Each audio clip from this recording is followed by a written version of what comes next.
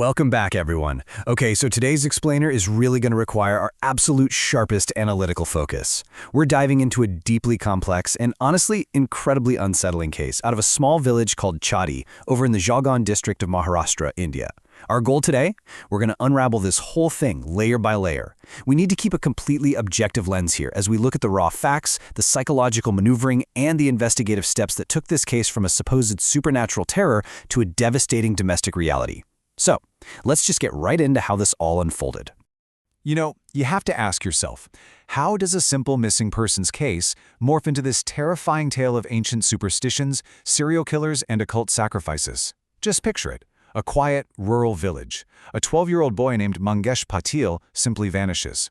At first, it seems like a straightforward, though obviously tragic, missing child case. But within days, it twists into this massive narrative involving black magic and dark rituals. How does an entire community and even the local police force get so completely misdirected? Well, as we're going to see, human psychology and deeply rooted beliefs can sometimes act as the perfect smokescreen for a calculated crime. The sheer panic totally makes sense when you look at just how incredibly fast these events unfolded. Okay, so it's February 2nd, 2019. Young Mangesh gets out of school a bit earlier than usual. He comes home, changes his clothes, and tells his mom he's heading out to the nearby forest to freshen up, which, by the way, is a very common practice in this village. But by nightfall, he hasn't come back. The family is in a total panic.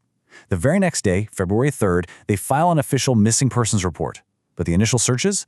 They bring up absolutely nothing. Then, on February 4th, a villager walking near the forest makes a grisly discovery. A severed leg protruding from the underbrush, clearly belonging to a young boy. Overnight, the pace of this investigation violently shifts from a frantic search to a grim recovery. As police scoured the woods, they found more of Mangesh's dismembered remains. But there was one detail that acted as the ultimate catalyst for panic. His head was completely missing. So, why does that matter so much? Well, it all comes down to a highly specific cultural context known as Mauni Amavasya. This is a rare, dark moon astrological event that literally only happens once every 27 years. In regional superstition, it's widely believed to be a time when black magic practitioners are highly active. So finding a dismembered, headless body during this exact astrological window, it instantly led the entire village and the police to one horrifying conclusion. Mangesh was the victim of a dark, occult human sacrifice. The fear wasn't just palpable. It was paralyzing. The terror in Chadi village wasn't an exaggeration. It became their daily reality. Parents firmly believed a supernatural serial killer or some dark magician was prowling their streets. Schools completely emptied out. Children were literally locked indoors. The entire community was paralyzed by the terror of the unknown. This narrative of black magic had taken hold so effectively that it became a massive community-wide red herring that would completely dictate the early days of the investigation. Recognizing the sheer, unadulterated panic gripping the village, the authorities responded with massive force. 50. That's the number of specialized police officers immediately deployed to this tiny village to hunt down whoever was responsible. Just let that sink in. It shows us exactly how seriously the authorities were taking the threat. They genuinely believed they were hunting a highly dangerous, potentially supernatural-obsessed killer who was ready to strike again at any moment. So, where exactly does a force of 50 officers even begin? Well, first, they brought in specialized sniffer dogs to track the scent from the remains in the forest. Next, knowing the village lacked extensive cameras, they pulled CCTV footage from a nearby jewelry shop. And on that footage from February 2nd, they spot a beggar wandering around carrying a suspiciously heavy bag. The police hypothesized, hey, maybe this bag was used to transport the boy. They even had a sketch made and offered a cash reward across the village. But it was a total dead end. The beggar couldn't be found anywhere. The police were putting all their energy into external, outside threats, and they were coming up completely empty. But then came the pivotal shift in the investigation. Remember those sniffer dogs the police let loose in the forest? Well, bypassing the woods entirely, the dogs ran straight back to Mangesh's own home. Now, initially, investigators dismissed this. They figured, the dogs were just picking up Mangesh's lingering scent from where he lived. So they tried the dogs again, and they got the exact same result. A straight line directly back to the family home. Having hit total dead ends with the CCTV and the beggar, detectives were forced to ask a really chilling question. Why were the dogs repeatedly returning from the forest straight to Mangesh's own house? They realized right then and there, they needed to stop looking outward at wandering occultists and start looking inward. This is where some truly diligent detective work took over.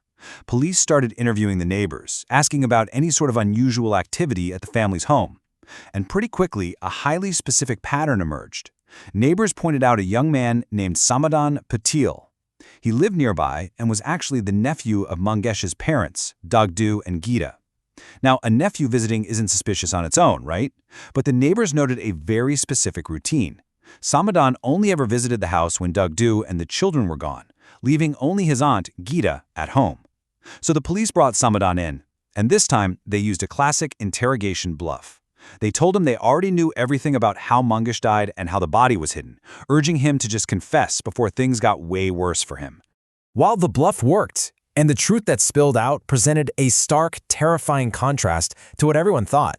For days, the village and 50 police officers were hunting this expected suspect, a mystical, wandering occultist performing black magic. But the actual culprits, the ones who sat there and confessed to the crime, were the people closest to the victim. It was his own mother, Gita, his cousin, Samadan, and Samadan's friend, Rajendra Patil. The reality was completely devoid of any supernatural elements. Instead, it was a devastatingly human, domestic tragedy. Let's just break down the raw facts of that confession objectively. Samadan revealed that he and his aunt, Gita, had been carrying on an illicit affair during those times the house was empty. Now, Samadan had actually bragged about this to his friend Rajendra, who asked to be included, to which Gita apparently agreed. On the afternoon of February 2nd, the day Mangesh came home early from school, Rajendra was at the house with Gita.